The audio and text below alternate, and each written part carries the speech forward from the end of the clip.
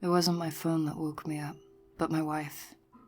She's always been a lighter sleeper than me, and even though I had it on silent, the constant stream of notification vibrations was making the phone shuck and jive all over my nightstand. Honey. Honey. Honey. I came awake to a rough shake accompanying the words. What? I managed, blearily. Your phone. Somebody's blowing you up. Must be my other girlfriend. An old joke, wildly inappropriate considering what was to follow. She mumbled, already well on her way back to sleep. I checked the bedside clock, the red LED showing 3 a.m. on the nose. Weird. I leaned awkwardly, half awake, and grabbed my phone. Had to do a double take when I saw the notifications. 186 texts, 93 missed calls, and 1 emergency notification. What the actual fuck? I thought, okay, this is a dream. Must be a dream. I don't even know 186 people. Okay, must be a natural disaster on the way. Or did Kim Jong-un launch nukes at the West Coast? Shit. With slightly shaking hands, I thumbed the official notification, expecting the worst. I held my breath. Do not look at the moon. Wait, what?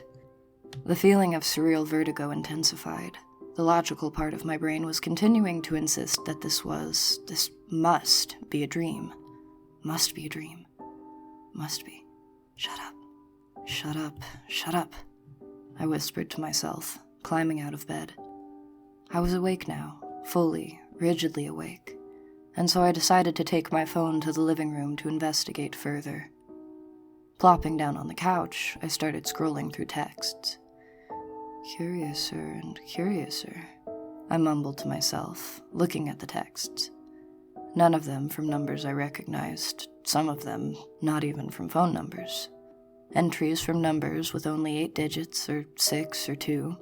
Entries with letters and numbers mixed together. Entries with letters and numbers and Chinese characters mixed in. Emojis and symbols mixed in. My disquiet was growing steadily. I clicked the first message. Wow, look at the moon. It's so big and beautiful. Amazing, isn't it? So, okay, my brain responded. Not a dream. A practical joke. Someone is messing with me, with my phone. I wonder if my wife is in on this. I clicked the next text. It's such a beautiful night tonight. Just look. The moon looks amazing. It's so big.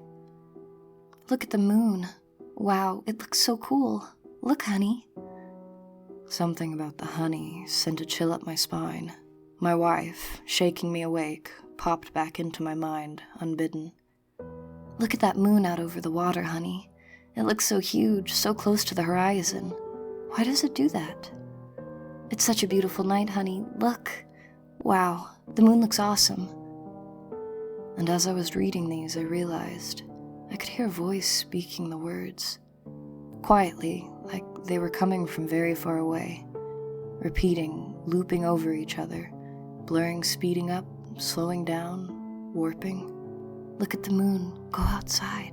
Look at the moon, go outside. Look at the moon. It's a beautiful night. Go look at the moon. Go look at the moon. Mustering all the calm I could, I set my phone face down on the couch. Some still logical functionality commanded me to turn on the TV, turn on the news. Yes, normalcy.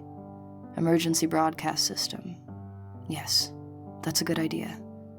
I turned it on. It's 3 a.m. Surely more than a minute has passed, but it says 3 a.m. right there in the corner of the screen. 3 a.m. PDT. And even though it's the middle of the night, there's Anderson Cooper, and he's staring at me. I swear he's looking right at me. And suddenly, turning on the news seems like it was a really bad idea. West Coast residents are being warned tonight not to look at the moon. Authorities are warning that looking at the moon might destroy your life and could unravel the very fabric of reality. Ben, do not look at the moon. I pressed the power button again on the remote and the TV shut off. Heart trying to thud its way out of my chest, I stood and walked back towards my bedroom. Somehow, I knew before I opened the door that my wife would be awake, and she was. She was sitting up, her face lit by her phone screen. "I shouldn't have told you to look at the moon, honey. I'm sorry."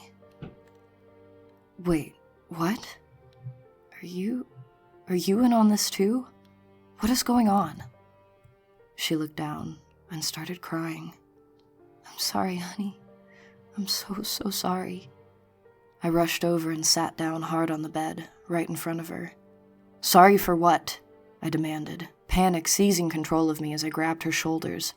"Sorry for what? What the fuck is going on? Sorry for what?" She stopped crying and smiled. Her eyes were far away, glazed, almost robotic. "Oh, wow," she said. "Wow, honey. It's such a beautiful night tonight. Just look at the moon." I let go of her shoulders and stood up. I walked calmly out of the room, out through the living room to the hall to the back door. I threw it open, feeling like my arms and legs were moving on their own, like I was merely a passenger. I could feel my pulse in my ears. I stepped out, into my backyard. I tilted my head to the sky, and I looked at the moon. And then I remembered. God help me. I remembered. Driving along, southbound on Coast Highway, coming home from a long night. She was tired. Dried sweat had warped her perfect hairdo, but she still looked radiant. Face lit by the dash lights and, of course, by the moon. She had sung her heart out tonight, and the crowd had eaten it up. She was a bright, shining star tonight. Hanging out there, seeming mere inches from the horizon, the big, swollen, full face of the moon, just about to set. "Oh, wow," she said. "Wow, honey, it's such a beautiful night tonight. Just look at the moon." And I did. I took my eyes off the road, and I did. She was right, of course. It was beautiful. I sighed. And then I heard an awful sound, like a loud pop, and we were upside down, flying, weightless, like somehow we had been pulled by the moon into space. The car was full of weird things floating through the air. Coins, a pin cap. Her mic had even floated in from the back into the front. I had one last look at her face. It was still transitioning from the marvel at the beauty of the moon to the shock of the crash. I tried to reach out my hand, but I seemed to be moving through jello. The moon filled the windshield, seemed to get even bigger, brighter, turn the sky white, turn the whole world white. I wept a little then. Not as much as I would later, but a little. "You know the rest," I said when I had regained my composure. I came out of the coma. I woke up here. The officer stared at me. I could tell she was struggling to keep her face impassive. She felt bad for me, but she didn't want to.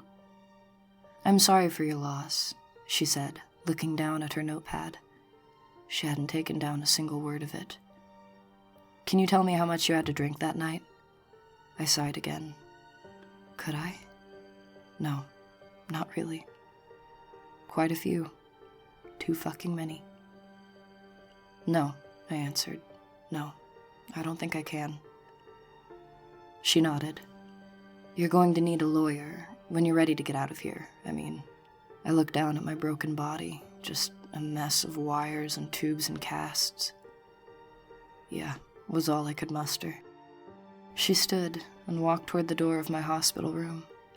She put her hand on the door, and without turning, she asked, "Do you think if you obeyed the warning, you'd still be in the coma?" "Yes," I said, quietly. "Yes, I do."